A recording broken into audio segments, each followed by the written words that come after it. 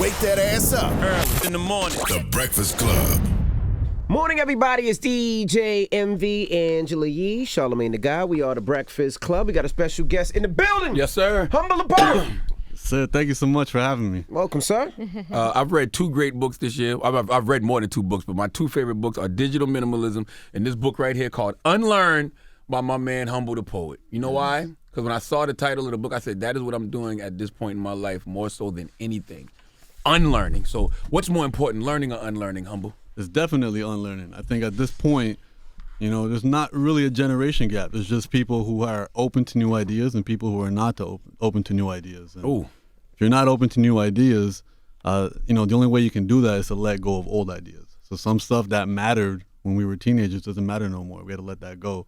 And we have to continually relearn new things. The only way to relearn and to keep ourselves open is to unlearn. Let things go. Not only does it not matter, it just don't serve us anymore. Yeah, exactly. I mean, again, so a lot of us grew up in challenging neighborhoods. A lot of us grew up in challenging situations. You get certain strategies, you put up certain guards, and it made sense back then. And then you come into a whole different world, and it doesn't matter anymore. And now it's just holding you back. Yes. So now Life that doesn't stuff's start weighing you after down. the obstacles. Life is the obstacles. Straight up. Well, let's bring it back. Let's find out who Humble the Poet is. Yes. Where you from? What you do? Because when they Google you, it's more than just a book. There's you rap as well. So explain to people who you are. I get real busy. I'm from the beautiful city of Toronto, born and raised, and I was an elementary school teacher. I was working as a school teacher, and I discovered spoken word poetry. Saw someone perform and fell in love with it. And I was like, it's a great way to meet girls. I can do this. So I'm performing, doing it for fun. From that, transitioned into music, you know, just put a beat on the back, started rapping on that, fell in love with lyricism, was doing that, but just doing it for fun. Never saw no one looking like me doing it, so never thought I could do it on a bigger level.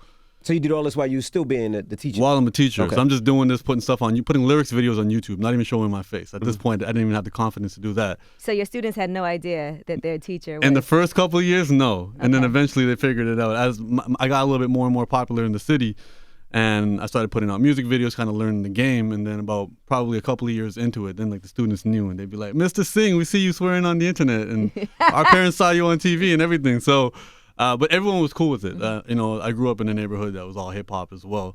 And from there, you know, I fell in love with the lifestyle. And teachers in Canada, at least, we get paid in the summer. So I used to spend my summers just being a wild artist. Balling out, knowing I had money coming in from the teaching job. And I fell in love with the life. You know, I'm hanging out with people who are nickel and dime and trying to make it all happen just through rap. And I had a little bit of a cushion with me. But at the end of 2010, I met some dudes that were like, yo, we can get you a deal, and this will pay you more than you get as a teacher.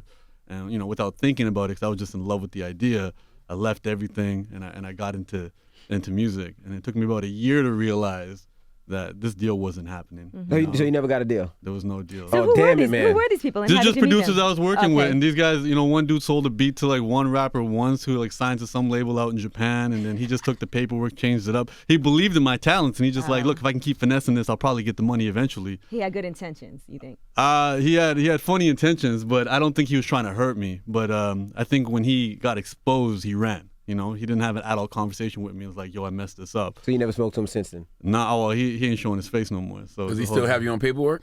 No, he didn't have me. No. Oh, okay, Nobody okay. has. No, his paperwork wasn't even real. He was just trying to finesse it. He was just trying to borrow from Envy and give it to Charlamagne, and then try to get it from you and give it to him after. He was just trying to finesse it. Ponzi Do you forgive scheme. him?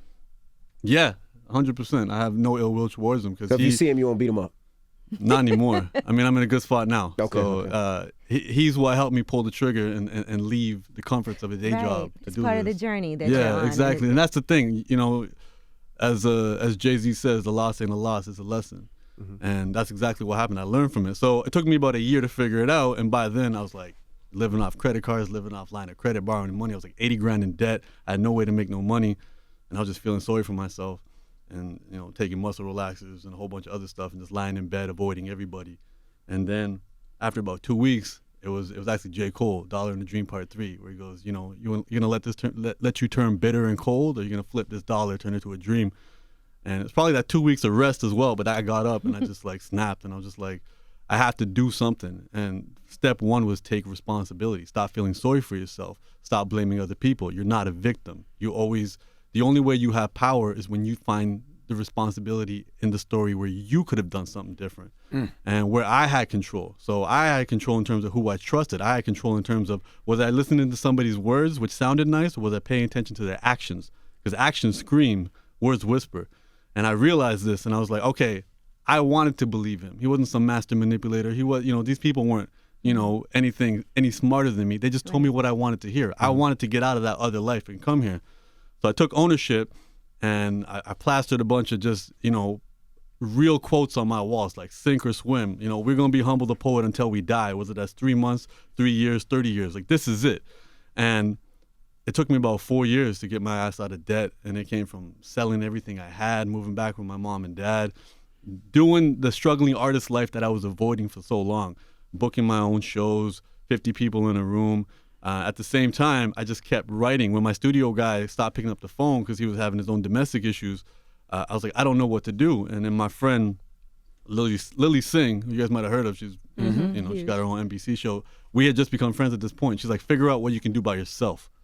And I'm like, I can write. She goes, just start writing. So I just kept writing, and I was really getting upset at all like the Tumblr quotes and all these motivational quotes I was reading, because there's nothing in there was practical. It was just like, everything will work out. Just believe, just have faith. And I was like, how am I going to pay my mortgage with your motivational quotes? I needed to focus on something way more pragmatic. And I'm like, how do I get out of debt? How do I earn? So every time I met another artist, I was just like, how do you earn? I didn't even know how rappers made money back then. I didn't know about shows. I didn't know about merch. I didn't know about anything. And when she's like, focus on what you can do by yourself, I just started writing and posting up on my Facebook back then. And people were like, yo, you're telling me my story. It sounds like you live in my head. And people were like, you should write a book. And I was like, I don't know how to do that either. And then I learned about crowdfunding. And then I actually crowdfunded this book.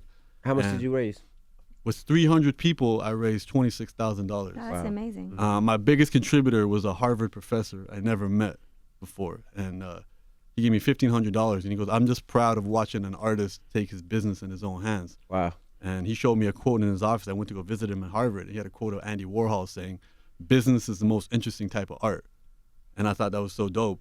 So just getting a lot of support, and then getting to this point where I was just like, yo, I have a lot of people I have to prove right. A lot of people gave me couches to sleep on, put money in my pocket, went out of their way to read the book, share with me, share my work with your people on your platform, let me be on your shows. A lot of people I want to prove right. And it took me a lot of time, everything from printing T-shirts, selling T-shirts, doing shows, getting my following up, becoming an influencer, just everything I could do. I got out of debt at the end of 2014. What did your mom say? I seen a video online with you and your mom. She was reading your book and she was cursing. I thought it was cute. Yeah. What did your mom say? You going from teacher, having a job, to coming back in the house, living with her? There's a lot of I told you so. Why are you laughing? And I thought it was cute because his mom was okay, cursing. all right, so you thought it was cute. I Cool. thought it was all dope. right, The fact that okay. his mom read the book. All right, you thought it was cute. All right. Mom better read the damn book. No, my mom's She was amazing. reading it live on the YouTube and she was cursing. I thought it was dope. But go ahead. She You said cute. What's wrong with cute? Nothing is wrong What's with wrong with cute? You're cute. I Thank think you. you're very cute. Thank you very Yes. much. I'm going to Well, human cursing him. resources. I feel insulted, but go ahead. Yeah, no, my mom, again, my parents grew up in Punjab, which is like the northern part of India, and they grew up in a village, and, they came out here wanting their kids to be a doctor, lawyer, engineer. That's the job, doctor, lawyer, engineer. Right. They don't know nothing different. They weren't even happy when I was a teacher. They thought that wasn't earning enough money, so... But they saw me working, because I was working my teacher job, then I was also tutoring kids on the side for extra cash, then I was doing my music. So they saw that I was working, and they knew that I wasn't going to listen to them either way. So they were supportive, but when I had to come back, kind of, with my head down, tail between my legs, a little bit broken, there was a lot of I told you so. But I had to eat that, because it wasn't like, it wasn't my fault. Right. I had to own that. You have to own the consequences of what you do. So I owned it, and I just had to kind of start from zero and build myself back up. And just learning different people's stories. A big one for me was the 50th Law, 50 Cent. I have chapters. You about quote it. 50 in this book a lot. A word from 50 Cent. I wonder why 50 meant so much to you. At that point, it was probably just because I picked up the 50th Law and I just spent a lot of time reading that. And I love that book. It's an amazing book. And a lot of it had to do with just Fear.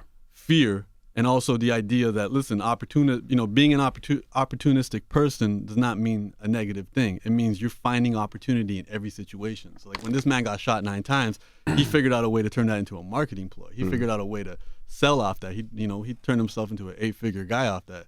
And really understanding that there is no good and bad. I was thinking real simple back then. Like, this is good news, this is bad news. This is a good person, this is a bad person. And that book really helped me see the gray and really start to realize that, hey, in every situation, if I stop judging it and spend more time understanding it, a lot more is going to come from that. And once I understood situations, I found more opportunities. And now it's like as I said, back to Jay-Z, a loss ain't a loss, it's a lesson.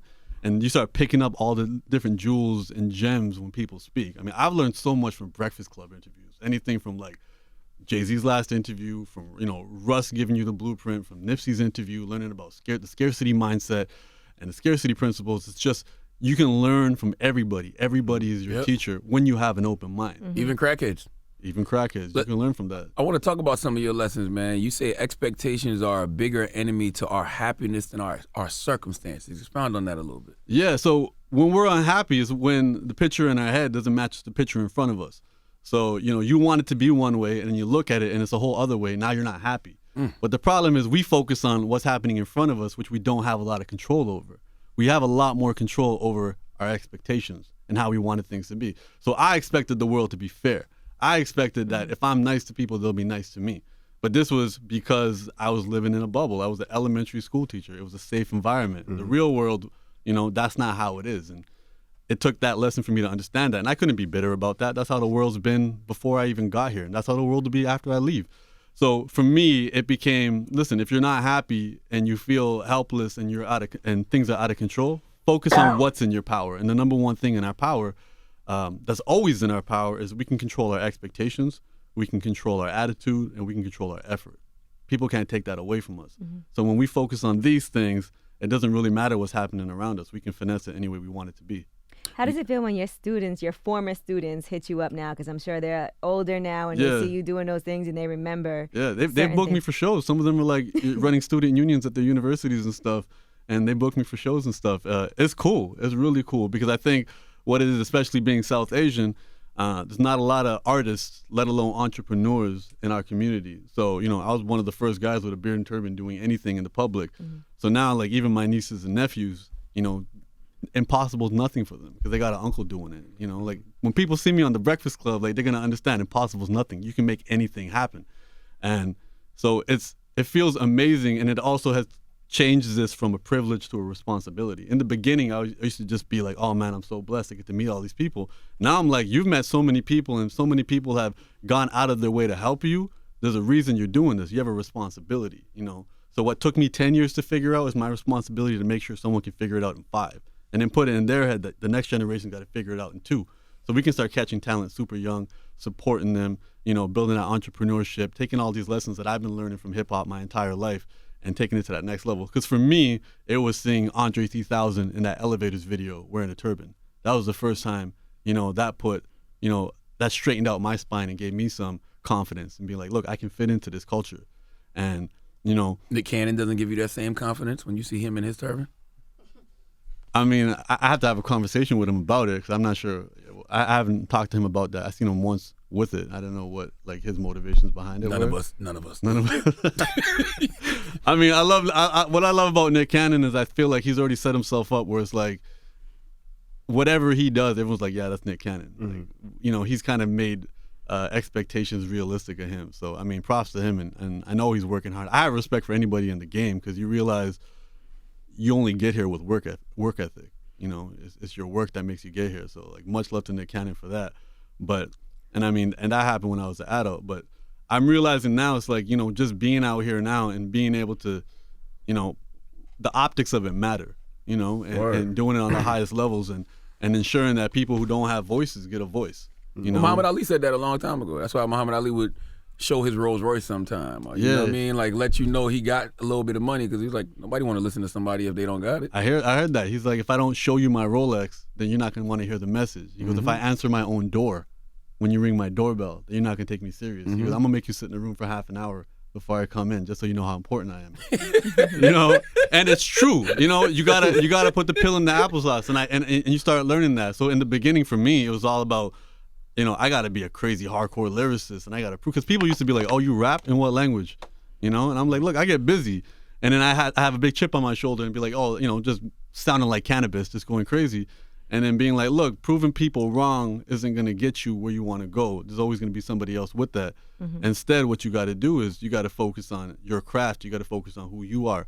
And then that taught me to slow things down. That taught me to understand that, hey, you got to if there's a certain message you're trying to get across, that's your pill. But you gotta put in something saucy. You gotta put it in the applesauce. You gotta Put the medicine in the candy. Exactly. Does you a gotta put in some Canadian ketchup. artist support you and F with you? Yeah, I get love Tory from Lanez, everywhere. Drake. I don't think I've hit their radar yet, but I mean, it's a beautiful time for the city because right now, we're putting numbers on the board in every way, shape, or form. And the beautiful thing about that is nobody sounds the same. Right. So every time a new artist comes out of Toronto right now, he doesn't sound or she doesn't sound like the last person. And I mean, from R&B with The Weeknd and Party Next Door to, as you said, Drake, Tory Lanez just picking on other rappers right now, and lyrically, and at the same time coming up with the catchiest hooks. In R&B, Jessie Reyes, her voice is like $1 trillion. Alessia Cara, Shawn Mendes. So many different people. Don't sleep on Bieber. Don't sleep. I mean, he lives a little bit outside Toronto originally, but don't sleep on Bieber. I mean, Nav's doing it. Belly's doing it. I mean, we're doing it real big. I don't know if you guys have heard of Mustafa the Poet. He's just magical too. Spoken word poet. At the same time, he's got writing credits on like Camila Cabello's album. Then he's also got his poetry on like Valentino clothes. So you see his stuff on like red carpets. So it's just everyone's just doing it on a big level, and it's just I'm so excited that the city just every single year. And I mean, shout outs to Drake for just not for creating a situation where he didn't just suck all the oxygen out the city. He built it. He showed a blueprint, and he let people become their own pillars. Like I can get this far, without having to get his blessing to make it happen. And I know in a lot of different cities they had gatekeepers, and we don't have this. And now Tory Lanez got his own movement. Now The Weeknd's got his own movement. Now Shawn Mendes got his own movement. Now me and Lily, that we came up together. We got our own movement. Everybody's doing their own things. A lot of guys on the street doing really catchy stuff. Shout outs to Six Buzz. These guys got a whole fun movement going on.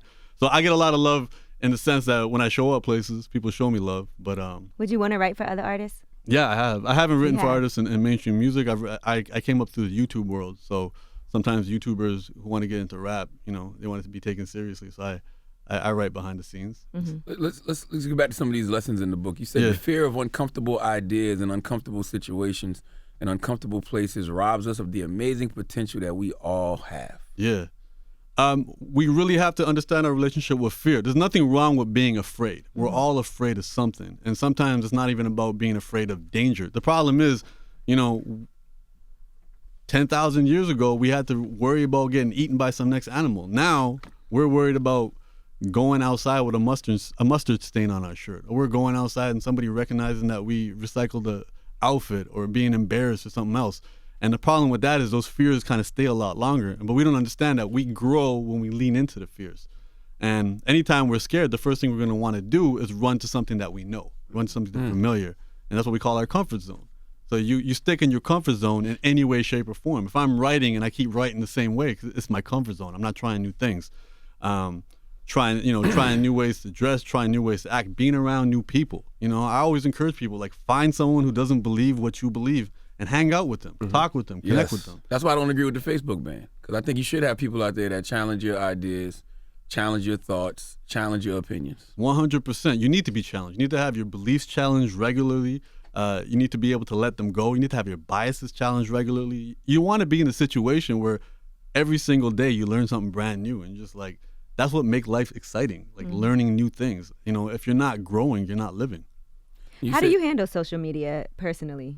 I mean, I'm really fortunate. If you guys look at my comments, everyone's super nice to me. No one's challenging you? No one's really challenging me. And I mean, I grew up. Welcome to the Breakfast Club audience, sir. That will all change today. Nah, man, the Breakfast Club audience can show me a lot of love too. I know it. And the other thing too is where I grew up, my friends are all assholes, and they all been picking on me since I was a kid. So I have a thick. I don't get offended ever. I don't ever get offended. I think people can't offend you without your permission. Word. And nobody has permission to offend me.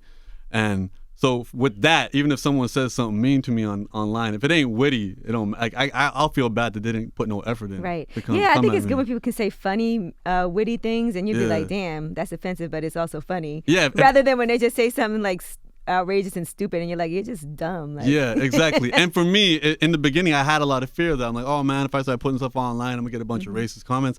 It was actually in the beginning, the most resistance I got was within my community. because they were afraid of what I was portraying, what I was about to do, because I was getting bigger and bigger platforms. And they're like, are you the guy that should be speaking for us? And I was like, look, I'm not here to adhere to culture. I am the culture. I'm here to contribute, whether that's South Asian culture, whether that's hip hop culture. Like, I am a part of this culture. I grew up in it, and I'm here to contribute to it, because this is what made me, this is what saved my life in so many different ways. Well, a lot of that is just hate too, though, because they want it to be them representing.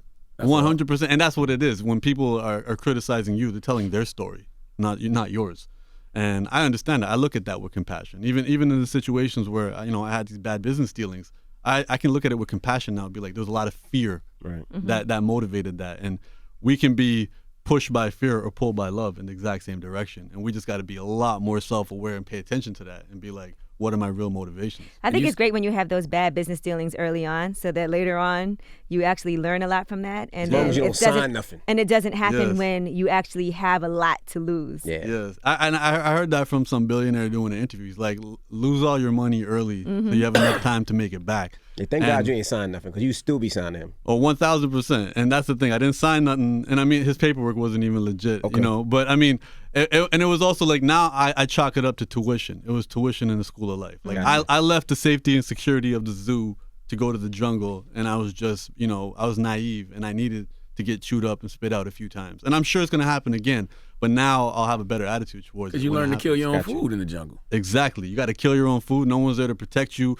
Also, when people recognize your talents, most of the time, they're looking to see how they can exploit those talents or benefit off that. Versus me, I was sitting there, with my head in the sky being like, anybody who recognizes my talents is going to want to help me. And every so often it happens. I mean, thank you so much for having me on the show. Like, Absolutely. For real, like, that's an example right there. So, for every... You got to sign something for him, though. I probably do got to sign something. But I mean, it is what... And I've had certain encounters where I've been even willing to take that. So, like, once, I had another shirt designed and I met Kanye and he took a picture of it. And someone was like, if you work with certain artists, that, all they're going to do is just take your ideas. But part of me was like, look, I took inspiration from so many of these people. I'm down to pay it back. I'm down to pay it forward. And as long as I know what I'm doing, I'm willing to do that stuff. And I think every single person, one of the secrets, it's not even a secret, but one of the simple mind shifts we can all make to feel better about life is, don't look at this world as a resource for you. A lot of people believe that everything was created for them. They got this Truman Show, center of the universe mentality. Understand yourself, that you're here for the world. And it doesn't have to be working in soup kitchens and just being service to other people, but think about yourself in terms of how you can bring value to other people.